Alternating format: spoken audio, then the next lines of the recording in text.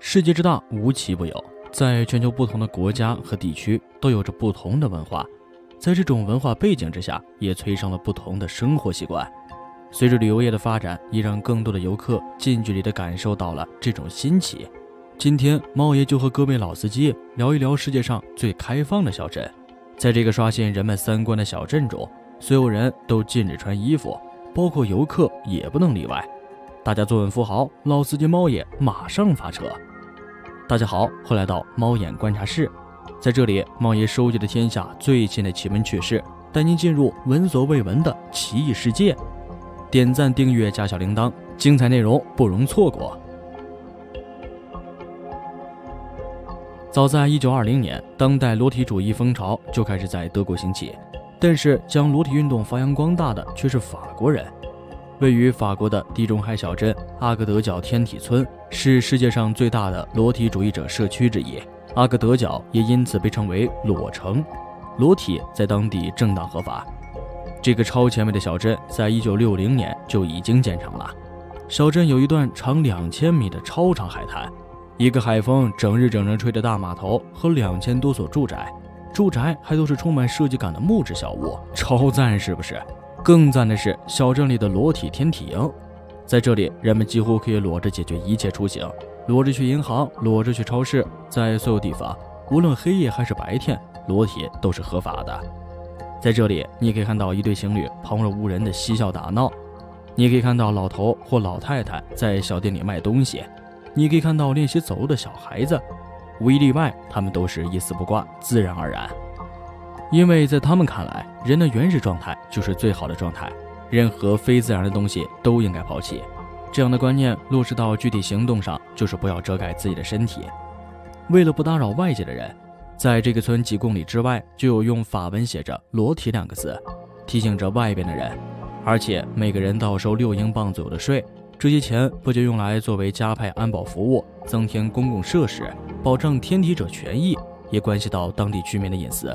而在如今这个旅游业如此发达的生活中，很多人都怀着好奇心想要前往这里，甚至有些男士更是想来大饱眼福，一睹赤裸风采。不过这里猫也要提醒一句，前来观光的游客可不是随随便便就能看到天体营的哦，这里的管理还是很严格的。因为在当地人看来，裸体并不等于性解放乐园。首先，参观的旅客必须先到天体营接待处填写申请，办理手续，在拿到参观证之后才能进去，没有这个是没办法进入的。并且除了老年人之外，这里是不允许单身男人进入的，对于单身女生却没有任何的限制。这里也禁止一切和性有关的事情。所以虽然这里是裸体村，但这里却并没有大家想象中的那样宽松。至于这里的淋浴间，在沙滩上躺一天回去自然是需要洗澡的，而这里的洗澡间是不分男女的，所有的浴室都没有门。这一点在猫爷看来倒是很正常，毕竟平常大家都是赤裸相见了，自然洗澡的时候也不需要避讳什么。有一句话说得好，得不到的永远在骚动，被偏爱的都有恃无恐，大概就是这种感觉吧。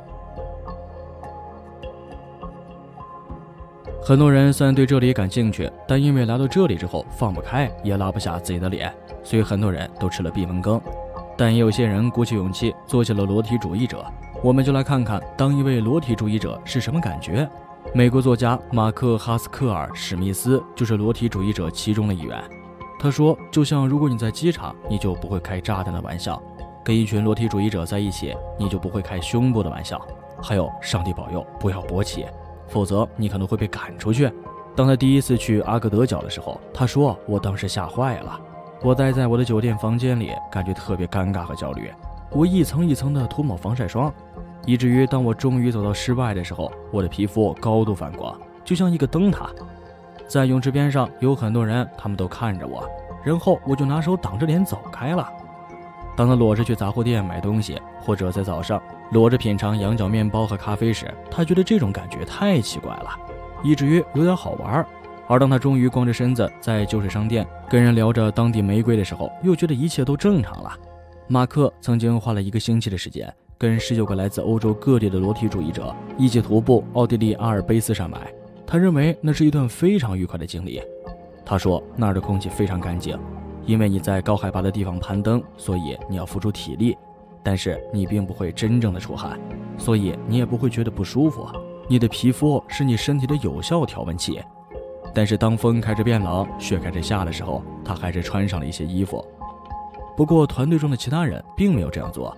他会忆起一对苏格兰夫妻，他们就这么沿着路线走着，说着看那个池塘结冰了。如果一些穿衣服的人经过裸体的登山者，他们中的大多数会一边笑一边拿出他们的相机。不过有一天我们碰到了一堆基督教徒登山者，他们的领队看到我们后，让所有人都转到了背对我们的方向，真是难以置信。后来我们在河边野餐的时候又看到了他们，结果这次他们一起为我们祈祷。尽管马克逐渐对在公共场合裸体感到放松，但每次重新进入裸体主义的环境，马克还是在最后一刻对脱掉他的衣服感到紧张。裸体的人实际上看起来跟其他所有人都一样，所以我觉得接受自己和别人的身体是一个非常健康的想法。我们的社会需要各方面的宽容，而接受裸体是一个好的开始。他说，有一件事是肯定的，裸体主义绝对跟性无关，但是这并不代表人们从来不会仔细看另一个人的身体。我们是人，没法控制。有时候我会盯着别人的身体想着，这原来是长这样的。你会被术后刀疤感到惊叹，好像别人身上穿上他的医疗历史。另外，没有什么比看见一个80岁的老太太查看你的家伙更有趣的了。马克补充道。对于选择成为裸体主义者，还有一位受访者是这样解释的：我被裸体主义所蕴含的巨大的平等观深深吸引。有趣的是，如果人们被夺去了衣服，他们之间存在的隔阂还会维持多久呢？当所有外物都平等了，等人们赤裸相见，一个富人和穷人，或是一个穿着时尚的人和穿着随意的人，外表上看起来就没有任何区别。所以等这些等级都消失了，人们的交往也就变得平等。在赤裸的环境下，我感到我们都是平等的，没有谁比谁优越，我们都只是人。脱下衣服后，我感到人与人之间的隔阂已经消除，我觉得更容易和他人在一种没有什么需要隐藏的状态下交往。当然，做裸体主义者也是有礼仪的，例如不能盯着别人看，这很粗鲁；抛媚眼和性挑逗很容易让你被驱逐，除非经过允许，否则摄影是不受欢迎的。所以收好你的相机，隐私很重要。很多裸体主义者在自我介绍时只介绍自己的名字，不介绍自己的姓。好了，今天的节目到这里就结束了。如果有机会的话，各位老司机是愿意前往天地村当一个游客呢，还是成为一名真正的裸体主义者呢？可以在视频下方留言告诉猫爷，您的点赞订阅是对猫爷最大的支持。那我们下期节目不见不散。